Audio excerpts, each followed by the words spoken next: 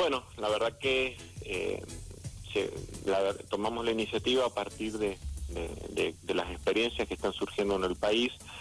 Esto se inicia en una investigación en Córdoba, donde médicos y científicos de Córdoba han estado trabajando con el ibuprofeno nebulizable. Y en esto a veces quisiera hacer un paréntesis de explicar que es una forma farmacéutica líquida. No es que uno agarra una pastilla de ibuprofeno cualquiera y la muele, ¿no? En esto porque a veces puede darse la confusión, ¿no? Es una forma que viene en una ampolla y que se utiliza para nebulizar, se coloca en un nebulizador especial. Esta forma farmacéutica o este ibuprofeno tiene efectos que hacen que la mucosidad, o es mucolítico, que digamos el moco que se forma en una infección respiratoria se ayuda a disolverlo.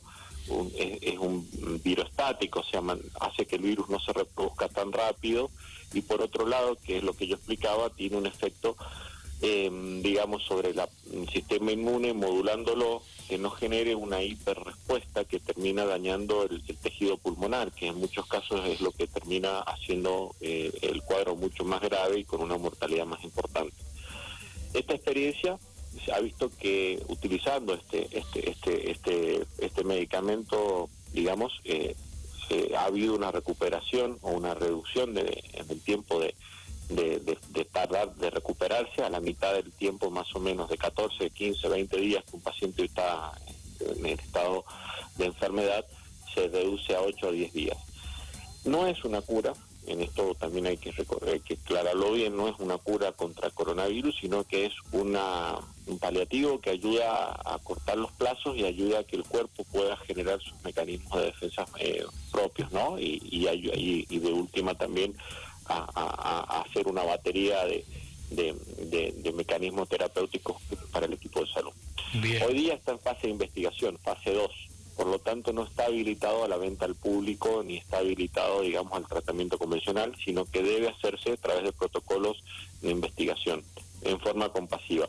Y esto es lo que nosotros estamos pidiendo en la legislatura, que el Ministerio autorice para el uso en forma compasiva de este medicamento en casos en donde el médico, junto con la familia, pero siempre el médico liderando el tratamiento del paciente, pueda optar por este tratamiento, ¿no?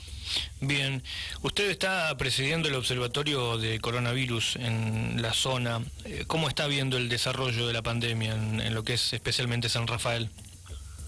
Bueno, San Rafael sigue incrementando sus casos, si bien, digamos, la curva incremental no ha seguido sumando una cantidad, o sea, no ha ido duplicando la cantidad de casos diarios, sigue manteniendo una gran cantidad de casos. Estamos en el orden de 30 casos más o menos promedio a 40, y bueno, y en esto obviamente que cada vez vamos viendo, quienes además hacemos un poco la parte médica o bioquímica, en mi caso, vemos más gente que consulta y generalmente entre los que consultan más positivos. Esto obviamente que preocupa, que genera digamos una preocupación en las autoridades, y bueno, y también se van tomando medidas. El intendente ayer anunció la incorporación al observatorio de 50 rastreadores, precisamente para ir detectando y conteniendo, digamos, todos aquellos posibles contactos que una persona positiva puede haber tenido, para que se aíslen, para que estén atentos a los síntomas, para poder avisarle a tiempo, para que, digamos, el virus no se siga propagando.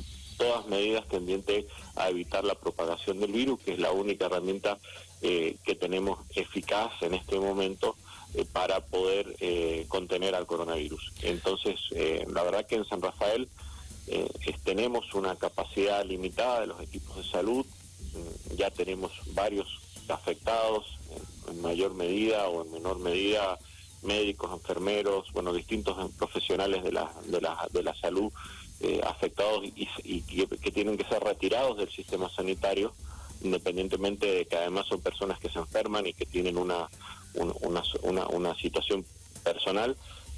Son efectores que se sacan del sistema y que no contamos con ellos por un tiempo prolongado.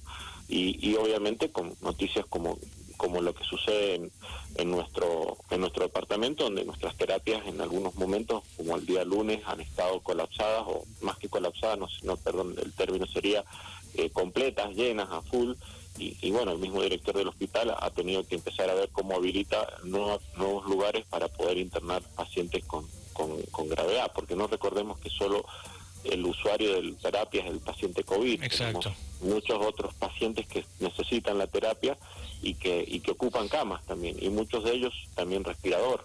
O sea, el respirador lo hemos asociado mucho al COVID por una situación de que, bueno, es lo que más se ha visto, pero en realidad el respirador se utiliza para mucho otro tipo de pacientes que tienen que ser intubados por distintas razones. Entonces, esta situación en San Rafael, más lo que pasó días atrás en Malargüe, en donde obviamente hubieron médicos que se han manifestado, porque obviamente están viendo cómo empiezan a incrementarse los casos en Malargüe, y en el hospital de Malargüe hay una situación de que no hay un director todavía, de que hay falta de insumos y falta de médicos, y bueno, y esto que falta en Malargüe termina también impactando en San Rafael, porque esos pacientes de alguna manera van a terminar, quienes estén en una situación de gravedad más compleja, ocupando una cama en San Rafael, lo cual es justo, no estoy haciendo una cuestión, pero bueno, obviamente que el recurso en el sur es limitado, ¿no?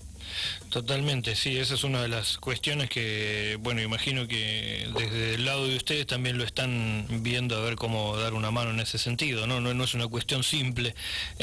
También dijo Muñoz que era como muy dinámico todo esto, ¿no? Bueno, usted también lo ha venido diciendo, es algo que hoy en día se trabaja con esto, pero no sabemos qué puede llegar a pasar de aquí a 2 semanas. No, la verdad que no. Lo que uno trabaja es en las experiencias que han habido en otros lugares, y obviamente haciendo, por supuesto, nosotros tenemos un equipo que hace proyecciones, y bueno, las proyecciones en teoría son como un poco oráculos que uno tiene en función de modelos matemáticos que se pueden o no cumplir. En esto, obviamente que de aquí a futuro nosotros esperamos un aumento de casos que puede a lo mejor no darse por un buen comportamiento social, y en esto hacemos mucho hincapié, que no queremos que nosotros se cumplan las previsiones que tenemos nosotros, sino que se cambien por el comportamiento de la gente, y en esto estamos trabajando para eso, ¿no? O sea, evitar el uso de las terapias, evitar, o sea, en el sentido de que tratemos de tener camas disponibles para nuestros adultos mayores.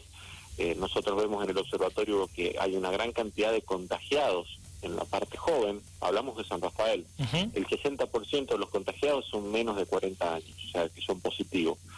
Pero quienes más la pasan mal son los que están arriba de 50, donde hemos tenido la mayor mortalidad. Entonces, evidentemente, llamamos a la responsabilidad a los jóvenes, porque obviamente que todos extrañamos un asadito, todos extrañamos juntarnos con amigos a tomar una cerveza, un mate, algo, y la verdad que a la juventud se le hace más difícil, y se entiende, ¿no?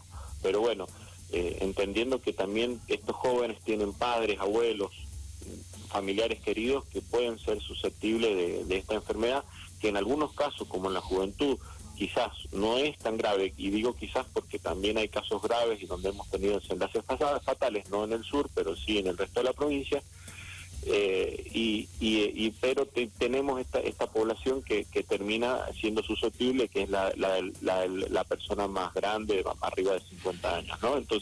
Entonces, en esto, obviamente, llamar a la conciencia a los jóvenes que aguanten, que esto no es para siempre, que no va a ser eterno, que se nos hace eterno a todos por la manera de transitarlo, pero que no va a ser para siempre, y que en algún momento esto va a terminar. Entonces, en virtud de eso, es cuidarnos todos para cuidar el recurso que tenemos del sistema de salud, que es finito, entendiendo que los médicos ya están cansados, que nuestros profesionales están dando full, y además que el profesional está cargando un estrés superior, porque, a ver, somos personas, y me incluyo porque a mí me toca también hacerlo, y realmente vivimos en estos días un estado de estrés muy grande que hace que se sume nuestra carga, ¿no?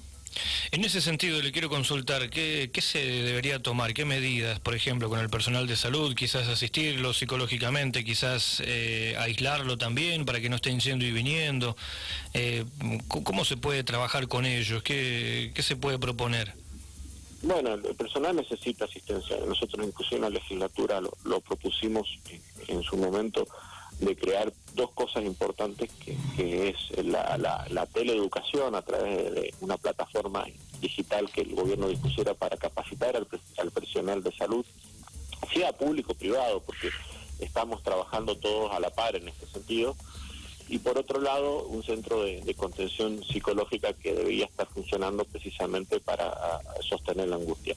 La verdad que limitar la circulación del personal de salud, la verdad que es muy difícil en esto, porque lo mismo que, o sea, se hace la paradoja que yo le explicaba al principio.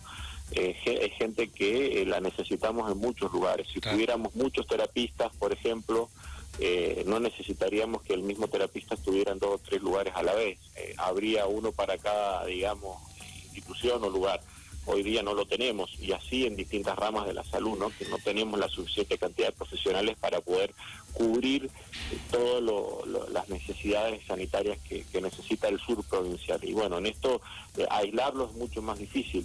Cada profesional está cuidándose mucho. Esto siempre digo yo, que yo tengo me hago una autorreferencia, yo tengo miedo mucho a volar, y un día un piloto me dijo: usted quédese tranquilo, que nosotros no nos subimos a un avión si no está en condiciones. Bueno, el profesional de la salud de alguna manera toma todos los recaudos y es consciente, en su gran mayoría, no puedo hablar por todos, pero sí en su gran mayoría, de la situación que estamos viviendo, y se cuida muchísimo, porque tiene que cuidarse él mismo en primer lugar, y tiene que cuidar a su familia, que también la expone a través de él mismo, y a sus pacientes, obviamente, ¿no? Entonces, en esto el aislamiento del personal se hace difícil por esta escasez, pero bueno, hay que por lo menos tratar de contenerlo, ¿no? Y escucharlo.